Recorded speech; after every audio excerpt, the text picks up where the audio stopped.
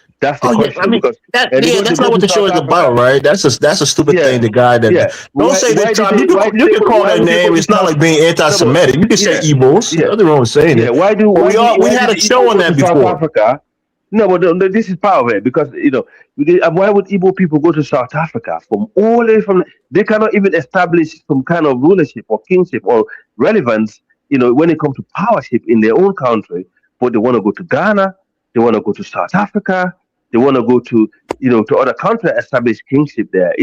This is no good, man, because in fact their own system doesn't even have too much of a hierarchy. Well, we've As all far as I'm criticized it. Hey, We've all hey, banking criticized it, is right? necessary. The guy was in Banking the yeah. is wrong. necessary. We're African. We know how it works. You have to have control of the land to have sovereignty over Bec- that land. So you can't go to another land that's not your ancestral land and have sovereignty over that. We know that. So that part of it is not even an argument. Yeah, that is going to cause problem for other people, because there must be, other Nigerians who live in Ghana who have been living there peacefully and have no problems, and all of a sudden you have one of your own people who comes there and causing trouble for the entire other Nigerian population that live there. With good cohesion, because we have. I would say, look, we have Yoruba people in Sierra Leone. They never had problems. In Sierra Leone, we have Yoruba people in other countries. They never cause any dramas. But why? Yeah, but Africa as an African, right? Traditionally, right? There are certain entities that has to be governing that land. That's on the metaphysical, that you have to have connection with. So how can you go to a different place where there are principalities that's ruling that area that's not connected to your ethnic group and think you can have kingship over it or rulership? So we understand that traditionally it's not possible because, as we know, different areas have different, metaphysical attributes. So if your people are not connected to that spiritual, you're not tapped in spiritually to that root, you can't rule over it. Because most of the kingship has a spiritual connotation with it. Burial ground and try to do you think also, apart from do you think also is because the Igbos are far connected to us in West Africa? I'm going back spoken, please. Because if that was an Ijo tribe, for example, if it was an Ijo tribe, I don't think they would have so much pushback. If it was a Fulani tribe, they probably wouldn't have that much pushback. If it was Manding people, they wouldn't have that much pushback. But because the Igbo people were far away from West Africa, per se, where they come from way at the southeastern region to the Cameroon border, and they haven't had any connection to those empires in the West African region. Maybe that is a far-fetched for the Ghanaian people, because I think Ghanaian people actually come from the Ghana Empire, most of them. But that's been settled, right? Africa, that he's not going to get his kingship. Yeah. But I'm talking about I'm talking also about the South African issue. Because and now it's causing a lot of problems, and people in other Africans in South Africa, not only Nigerians, are having these problems, with xenophobia. Because anywhere you find, some of these people are goes, other African people are suffering because of them, and I think that's something we need to address. And even though we talk about other issues. But Africa, you saying some good things there, but you don't forget why always is something like Ghana or Nigeria. We have to say, oh, we got to get these Nigerians out if something happened in if something happened in Ghana, or if something happened in Nigeria. Oh yeah, everybody do crimes everywhere, but we don't have the same energy like you were saying in South Africa. We don't have the same energy for those white farmers. You go and look up. Go and look up those white farmers that kill those people on the farms, black people on the farms, mistreat those people. Where is those type of energy? How come we don't say, let me get them back to Europe? Let's get them back out of here. Worship. Why is always our African brothers in different countries? That's why. But y'all get enough. Just be quiet now. You're trying to be disrespectful, man. We want to listen to something important. Please stop talking, man. Don't listen to what these guys say. No, don't tell me to stop. I understand. We don't want to hear what you're saying. It's not making sense. White people. Babaliko, I agree with you on that, because why are they targeting other? Why are they targeting other ethnic group of their own? The Somalis are in South Africa. They're always attacking the Nigerians. They're always attacking the Zimbabweans in South Africa. I don't understand the problem, their mindset. So we have to get to the mindset where we have to. Africa. I don't want you to just think that the Igbos out there are the only issue. You guys don't even speak the same language. South Africans, they don't like the Zimbabweans. They have issues with the Somalis. They have issues with anybody who's thriving or seems to be doing well who are not native South African. Y'all don't even speak the same language. I understand. Okay, I agree with that. Well, thank you for telling us that in Maine and High Castle. How did you start to speak the same language as your other native indigenous African Americans in this country? We're not But Africans, sir. what you don't understand though, Elvis, like country like But Ghana, you know, New Yorkers have a but I different understand. dialect. New Yorkers Yeah, will have a different dialect to Californians. Californians will have a yeah. different but they dialect to the speak the Southerners. same language. Everybody Though. was. It's a different They That's all what I'm have dialect. saying. different How did you dialects. learn it? How did you learn it? Where did it come Sir, from? Exactly. sir, Elvis, forget about this guy. sir, But all anyway, you need to what I'm know is saying is that I would beat you in a Ghana game is of a Ghana as a Wari real country. quick. Yeah. Okay, Ghana as a country, You they gonna do have what? Ghana. Africa, What you I gonna do? know you want to be serious, bro. Let's have some fun, man. Let's engage No, it. no, Let's no, no, engage no, it. no. What you We say you can't do gonna that do? because it's serious. Passport Let's have bro. some fun, bro. It's a Friday afternoon. Let's Ghana as a have some fun. country, Don't be too serious, Ghana as man. a country, So, they take man, in the their High things. Castle, how did you learn English? Is that your mother tongue? Did your people, develop English in this land? That's a great question. First of all, I beat you in a game of a Wari. What? I beat Look, your don't be dad too. What you don't be speaking talking in riddles, about, man. man? Ask you a simple What's going question. on here? How did your people learn English? Can I say something? That guy just mentioned a game that's played in Ghana traditions or You know, Wari. So I'm the you best sit at there and it. say I FBA. outthink you. I can outthink you. You got I got FBA. Why linear thinking. I'm long term in the way I think. The lady's okay? speaking. Let her you speak, see, man. You you are not an FBA or whatever you are. Why are you pretending to be though? Mm. You you don't don't intimidate entertain me, him. sweetie. Thank You you, smell thank you you You don't very smell like much. entertain him. sugar cookies, sweetie. He's not. Yeah, you He's smell not. like sugar cookies. I can smell you from a mile away. She's not talking to you, bro. She's talking to the other guy. Shut up and don't disrespect the lady on the panel, man. Don't do that.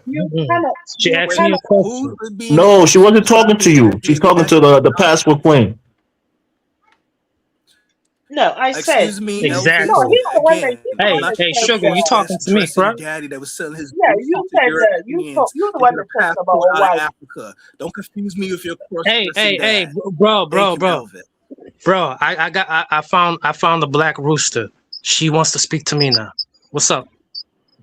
Okay. Man in High Castle. Yo, I'm gonna say this one time, Chief. I don't know who you are. I don't care who you I are. found the but you're black gonna cut rooster. that- No. Mama little mama want to talk to me.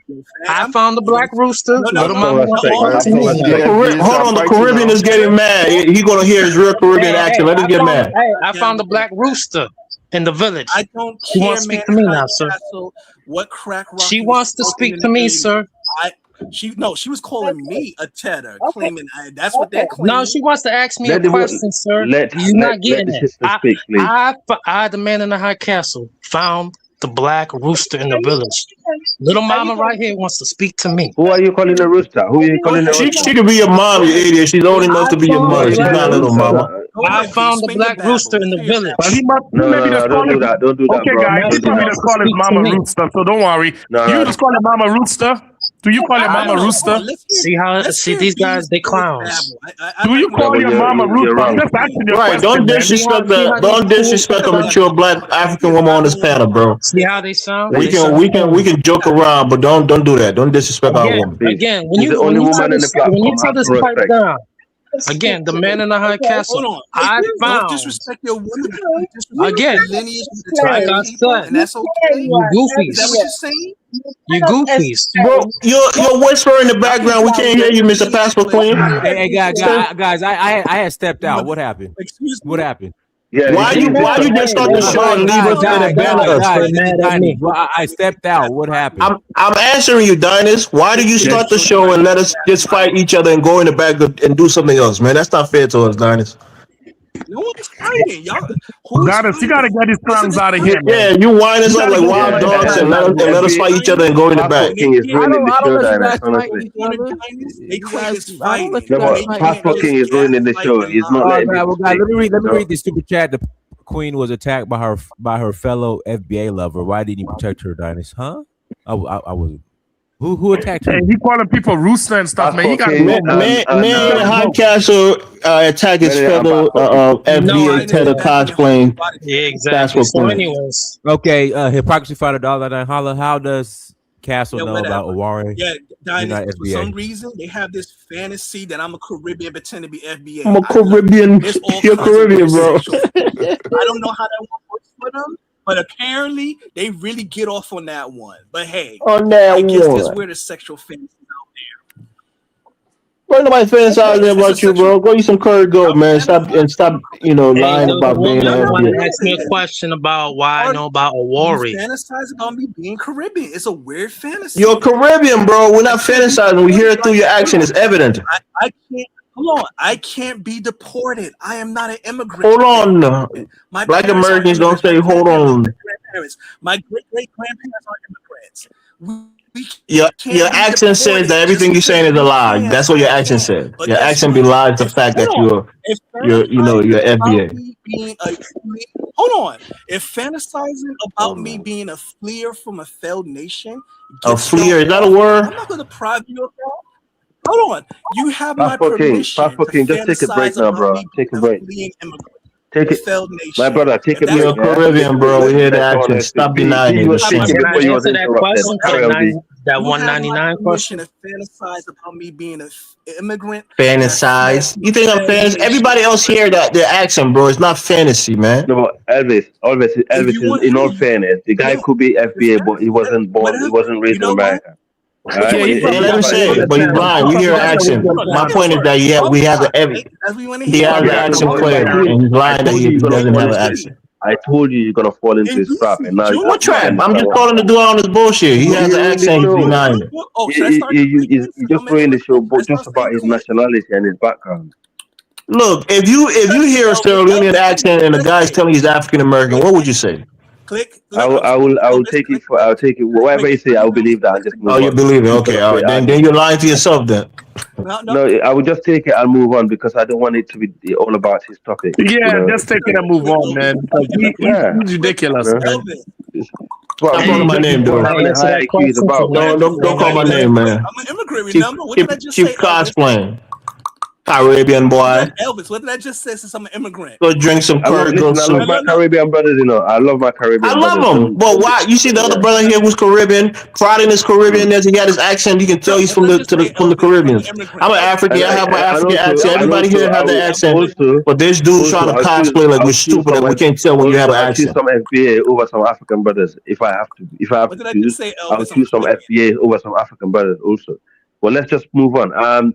So the reality is, as I was saying earlier, we do have, a group of people, in our region who are giving us, bad reputation everywhere they go. They actually keep doing the same thing.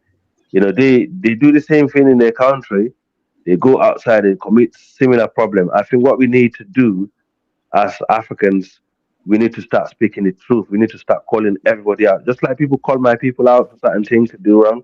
I think some people have to come out here and call themselves out and say, look, what our people are doing in other people's countries is wrong. Because you can't, the reason we like Ghana and Nigeria having this problem is because of one ethnic group, as Ola was saying earlier. Because this ethnic group want to come there, they want to come impose themselves in another man's country. In Ghana, it's a very, I got a lot of beef with Ghana, but I don't hate the people because I think they're very, they're very protectionist people, and I think most African countries should be on some level without being xenophobic. But I think, having to have another ethnic group that do not belong to that country, forming a king or some kind of rulership at the same time with all the crimes that they're bringing in their country, is a bit concerning to the Ghanaian state. So the reality is, you got to understand also where the Ghanaian head of state is coming from, because he is looking at things from different angles. And also he's looking at the political crisis in Nigeria, a country that did not able to hold itself together and say, look, we're neighbors. You guys are very immature as big brothers. We don't want, in fact, what the Ghanaian president said, I said that here before, as Elvis. You remember when I said also in the Mano River Union, we need to fix our problem, okay? We need also fix our issues and forget about Nigeria. Let Nigeria solve their problem. I said the only problem is we don't want Nigeria to end up in a blown out war where we have to have a lot of their refugees coming over our region. I said that and everyone like, I start shouting. I'm like, ooh. Of course, someone in the chat agreed. No, but to push back on that point is bad. Absolutely, Nigeria is too important to our region. They are, I hate to say it, and some people would dispute it. They're the giant of Africa, especially in West Africa, right? In So West they Africa, are yeah, they are. they In are very population wise, important. in And population, any self-loving African want Nigeria to get it together. But then absolutely, I do. when you go closer and you look at some of the issues in the country, yes, there are certain people in the country that's causing stability. Whether it's the southeast, if you want to go there, whether it's the north, whether it's certain ethnicity within those regions that's causing issues, you can point it out and say, look, if these people can calm down and settle things out, Nigeria can probably reach its full potential. So saying those things is not hate speech. So my point here is that Nigeria is fighting against itself. Ghana, to the contrary, is more united. They seem to be doing more with whatever little they got. Their population is under control. They don't have a blossoming and overpopulated country. The economy is pretty stable. The inflation, the exchange rate is pretty good. So Ghana is doing well as compared to Nigeria. And then why is Nigeria not doing well? Then you look at the ethnic issues, you look at the religious issue, you look at the north and the south.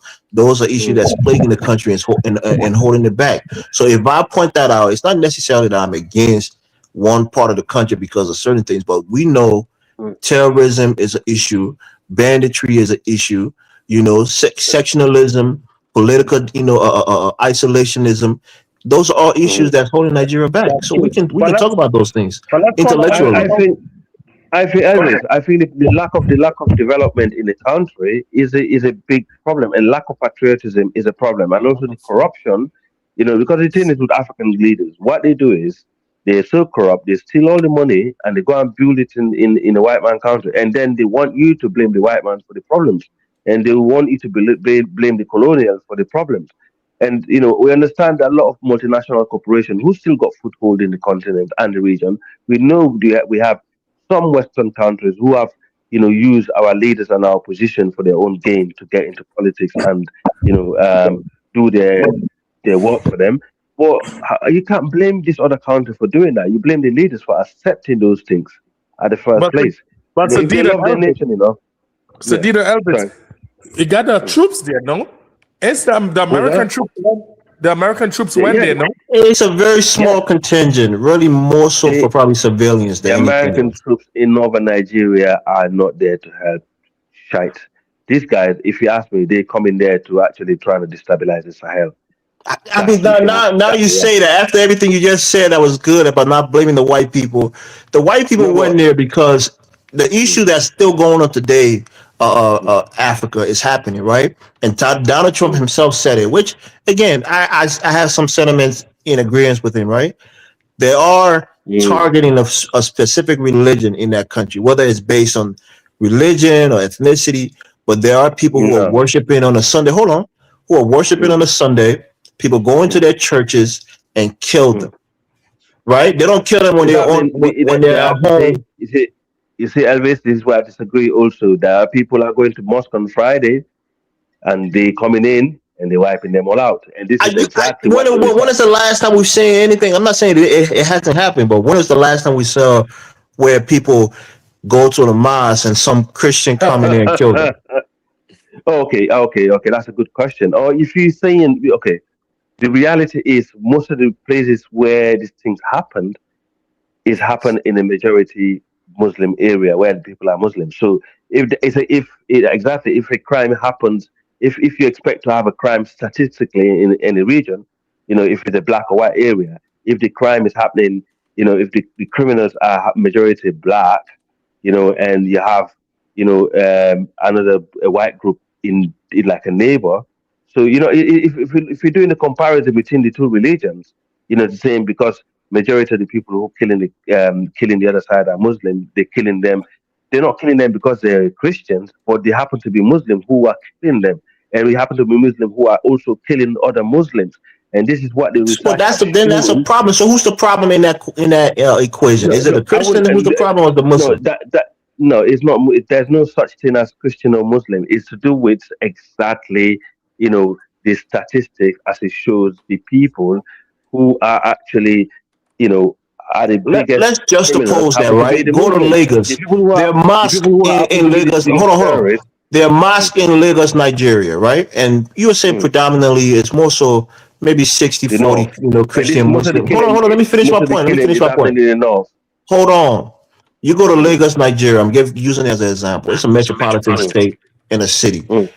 You won't see Christians in Lagos because they're predominant. They're presumably going to mosque and killing people while they're worshiping on a Friday afternoon. Do we see that in southern Nigeria? The Nigeria, Southern Nigeria used to have a lot of problem with Oh boy. kidnapping, killing. Let me just finish. You don't want to. You don't want to listen. You don't. So now in Southern Nigeria is where kidnapping started.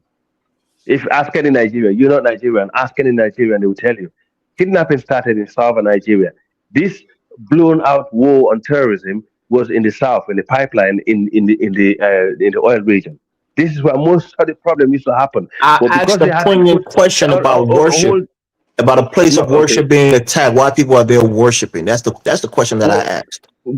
but you're trying to simplify this based on one religion versus another religion. I'm Exactly telling you what? that one religion caused more violence against another religion, and it's not even close. No, That's the point they're I'm not. saying. So you have to. There's no evidence. There is no I evidence just to asked this. you to give me evidence to the contrary of what I said. In the There's no north, where it's evidence. predominantly Muslim and little Christian, these Christian churches, even down to the There middle are belt, Christians. There are Plateau and Jos, Christians in the north. people No, are you're being not listening. killed while worshiping in church. When was the last time a Muslim was worshiping in the mosque for Friday prayers, and some bandit group, Christian group went in there and killed them and held them hostages Right. and took them for Those ransom? are, When? you're not listening. You see, you're trying to simplify this exactly Oh, according to all that's the that's facts. the best way to have a conversation. It's not too complicated. No, okay. Let me just answer your question, right? Because you keep asking me the question. When I give you the answer, you don't like it. You ask me the question again. It's like you want a different answer, and that's madness. But what I'm trying to say to you is the majority of the people, according to the research that's happening, where this terrorism are, they're from the north. Okay, and the region where a lot of the killing is happening is in the north. So what do you expect? And majority of the people that have been killed are also Muslims. Majority of the people who have been killed in Nigeria are Muslims. The minority of the people who have been killed also by the same so-called Muslims are Muslims. So what you trying to say? Because you got that biased mindset. If you're a Christian, I understand. You'd be like, oh God, okay, this. I'm not. Listen, I am just looking at it as a rational minded Can I person. say something? So Can I yeah, just you say understand what I'm trying to something? say, Elvis? Majority of the people that have been killed by these Muslims are also Muslims. So Listen, what are you trying to say, can I just say Elvis? So something? are you trying to say the Muslim life does not matter? So you are playing again You into see the that hands of sometimes the when you north. when you ask these Let the rhetorical sister questions speak. and I Let go the sister deeper, speak. then you think I'm being Look, Islamic No, phobic. no, can I say no, but you something? Those are, you people, are, those because Y'all Muslims who just are keep being on talking killed. about the same Hold thing. on. Let the sister Those speak. Muslims, hold on one Don't second, hold V. on. You Those done. Muslims who are being killed, allegedly because they're not Muslim enough. They're not the in right fact, kind of Muslim. All right. You sound like a Palestinian. Cut it out. Bro, stop, man. We listen to I a good got Can it. I say conversation, man. something? Let the Yeah. sister Stop speak. cutting this guy So off. they're not just killing them because they hate Muslim. They're killing them because they're not Muslim enough. You know this, Al. No, no, no, no, no, no. Come I on. don't know that. How do I know that? I don't know that. Listen. What I'm No, saying is only Northern Ville. Nigeria is a Mm. worst example to have because Northern Nigeria, what is happening there is, first of all, it's economical. It's economy, I mean, regarding the socio-economics that's going on there. Secondly, is some religious leaders have hijacked the religion and sort of stoking up the trouble. Preaching to these young men, hot-headed, and telling them all sorts of things, and then letting them go out and do what they're doing. And lastly, is failed leadership. Failed leadership, not just the president, also the northern elite in Nigeria. They have failed the youth. They're amassing themselves wealth. These youth children, have you heard about the Amajaris that's going on in northern Nigeria, where parents are just having children? They don't put them through normal education, schooling like everybody else is doing. They just hand them over to some imams whom themselves don't even understand or read the Quran properly. They probably read it in Arabic and they don't really truly understand it.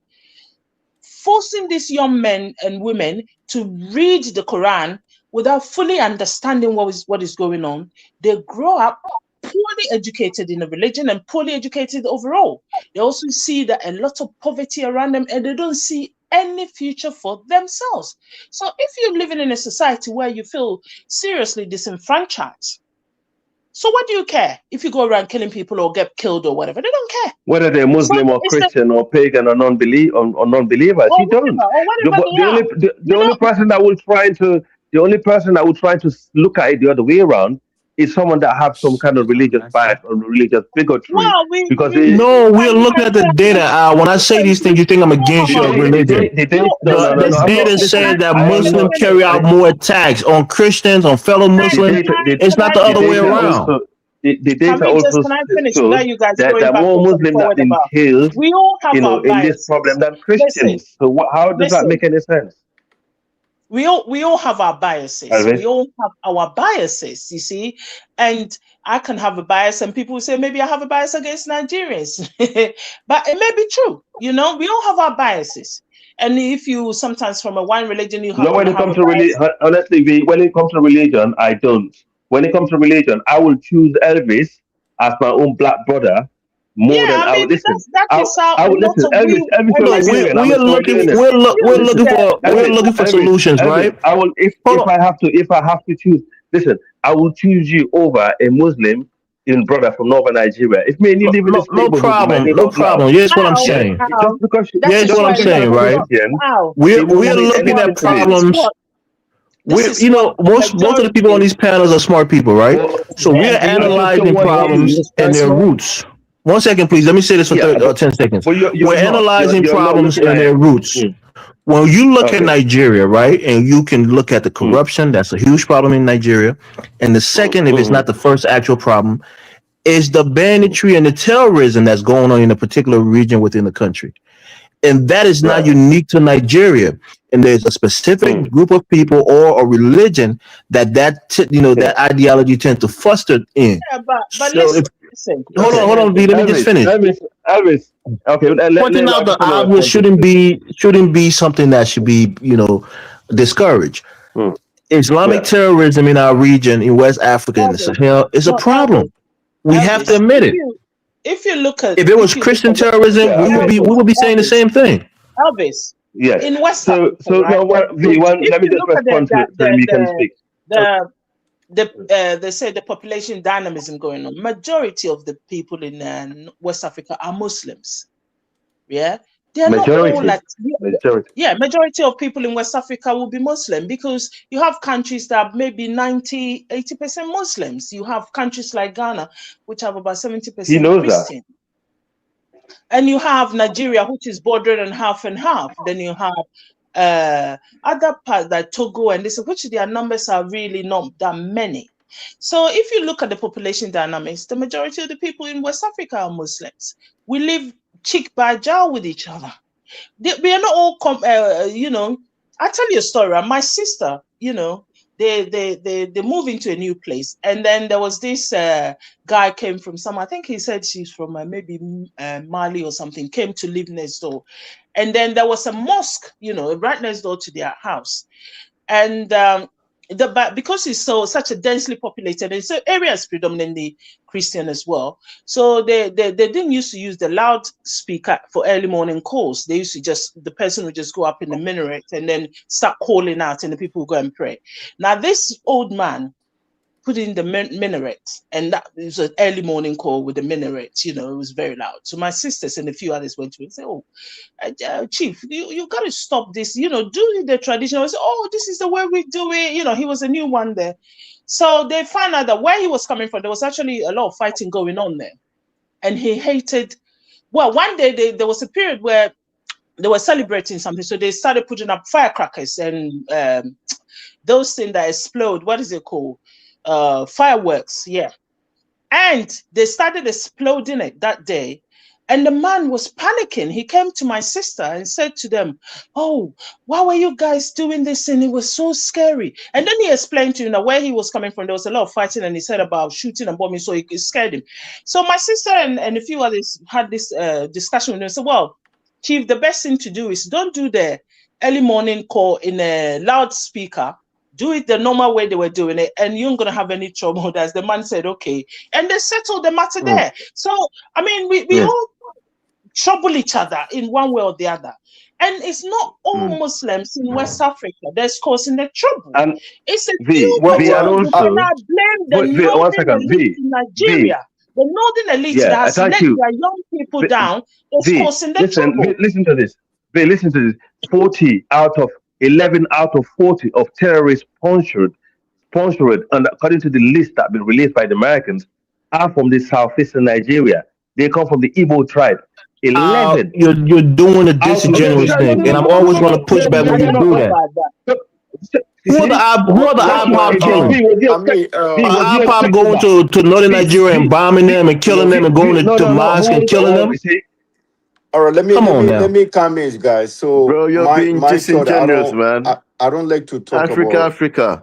I don't like to talk about religion when it comes down to religion, but religion is a big problem for Africa. Whether Christianity or Islamic religion, it is a big problem. So, what V was talking about is that when you go to a certain part of Nairobi or Elvis, Abidjan, are you Igbo? on Sunday, right? Elvis, are you Igbo? Yeah. I'm not Igbo, but I don't like when you're being unfair to them. Because go ahead, CD. I don't want to interrupt you. No, but why are you defending the ethnic group that is causing problems? Is it because they're Christian? They belong to the same ethnic group? No, hold on. Let CD speak. I don't want to No. Let me just reason with you, because I noticed. I don't want to hog the conversation. It's getting too much. Let other people speak in the panel. We'll come back to it. I just mentioned that this ethnic group, if they actually have 11 names who sponsor terrorism, you just push the conversation away. Well, come on. I mean, that's when you say things like that, you're insulting my intelligence. Because we know what's going on. We know that the killings are coming from Fulani bandits. We know that the people going to churches and killing people on Facebook, where you see people being slaughtered in churches, they're not happening by the IPOP people from the southeast. We know those things. You're not listening. In Nigeria, in the Igbo areas, there's certain areas that the terrorism going on. They're so bad. They've run some of the towns. Terrorists. People have left. It's a big problem. You don't talk about them, and they're Christians. This guy got a problem with Fulani people and defending Igbo people. I don't know how much they're paying him. Are you being paid by them to come and defend them, Elvis? Religion is a big problem for. After CD, I'll answer you. No. You have to let other people speak, bro. Come on now. We've been talking. Let them speak too. I just want to find out what is your agenda here, because I will explain. I will get a chance and I will articulate it. Let the guy speak. I'll get my chance. So you can't explain it. With the modern technology now. See, 1 second. Do you know the governor of Anambra? The governor of Anambra, an Igbo man. He said 99% of the killing that goes on in Anambra State, which is an Igbo state. He said, do not believe what they say online that they say is Fulani doing the killing. He said, I'll put my hands up and swear to my Nobody is saying that. Killings in Anambra State is not done by Fulani, it's done by Igbo, but they will claim it's Fulani. Nobody is saying that, bro. That's what I'm saying. Nobody is saying that. All right. So why are you defending these people? Now that you want me to answer, let me hold on. Now that you want me to answer, let me answer. Are you a terrorist sympathizer? Can I answer now? All right. In full disclosure, everybody on this platform know I'm a Christian, right? Full stop. I don't care about Islam. Don't think you don't care. You asked me to answer. Let me answer. Now you don't want me to speak. I mean, come on, man. I don't want us to fight. I want us to have an intelligent conversation. But you're very one-sided. I agree that that's Christian, which isn't native to Africa. How does that work? You're not included in the conversation. Your brain is too small to comprehend. So be quiet. Stay in the back. My point here is that we know patterns. You know, the hallmark of an intelligent person is being able to recognize patterns. I'm not speaking with you, bro. Relax. Hold on, that's not your. So when we look at the religion. pattern of the So terrorism happening on African. in our continent, in our region in This is why particular, y'all want to call me we have a specific group of people who call themselves, if they're not calling themselves the Islamic State in West Africa, ISWAP, province, the Islamic State in West Africa province, ISWAP, the word is in there, Islamic. So when I say Islamic, I'm not targeting the religion. I'm saying the ideology that these people profess, that they are Islamic groups who are terrorizing our region, right? In Burkina Faso, in Mali, in Niger, in Nigeria, these people are operating. They're killing many people, and it's been sustained for many years. This is an issue. This is a problem. We can call it out. They've been sponsored by a Christian. They've been sponsored and given the guns by Christians. So you're saying they're too stupid? They're being sponsored by their enemies, quote unquote, to kill other Christians. Is that what you're saying? Again, you're ignoring all the FBI. You don't put the blame where it belongs. You always swift the blame to the white man or other Christians. It's never the blame of the Fulani Muslims who are doing the terrorism. It's never the blame is not on them 100%. It's always somebody else who's controlling something. Now you're going to travel again. No, I'm just saying. You saying is that they're being controlled, they're being sponsored. Majority of the terrorists in the Sahel are Tuaregs and other tribes. You have Fulani who are also. It's not just Fulanese. I'm not talking for. I'm just saying the terrorists. But why are you mentioning the minority Muslims of the people in there? Okay, take away the Fulani because that's personal for you. But they're Muslim. There's a religious ideology that's driving them. Right? Can we agree on that? Majority of the terrorists who came to Sierra Leone and destroy Sierra Leone, they came from your people in Liberia. Well, does that mean we're gonna have to just go into Liberia and wipe every Liberian out? Look, people got prosecuted for those things that happened with the RUF and the ATF. They got prosecuted for it, right? But that's not going on now. That's not a sustained thing. That was a thing that happened in a point in time because of diamonds and Charles Taylor was. Do you know what? Do you know what I find about with what I find with most Africans? Listen, I come from Sierra Leone.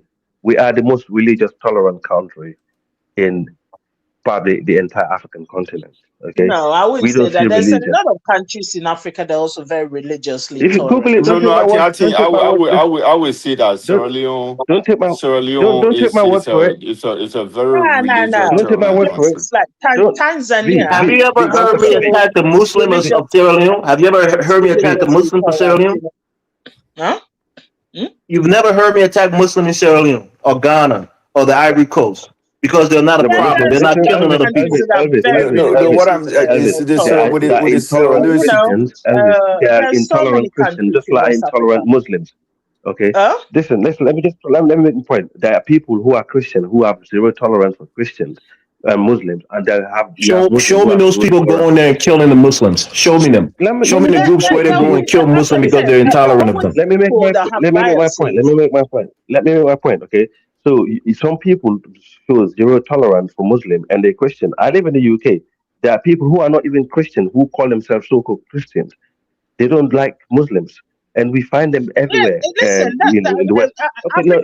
But they don't act on it. They don't go and commit violence on that hatred or that intolerance. We have Muslims who have zero tolerance for Christians. Now, there are people who have biases. People who have biases across exactly. And I don't have bias. Christians that have bias against Muslims. I don't have that. I mean, in Ghana, for instance, let me tell you. One second. I don't have that. I'll pass it, Mike. I don't have that. But when I hear that in other people, it annoys me because I'm very, very balanced and so in the middle when it comes to religion. Yeah, but to me, honestly, if you ask me, that is what a lot of Muslims are. Very balanced-minded people. Very balanced. When I hear someone like Elvis, who I think Elvis comes from a majority Christian country. Yeah, who are next door. We know your ideology. Hey guys, we know sorry to interrupt, but we have to close out. Everyone, thanks so much for joining. Like, share, subscribe. Till next time, family. Dynasty Search for Peace.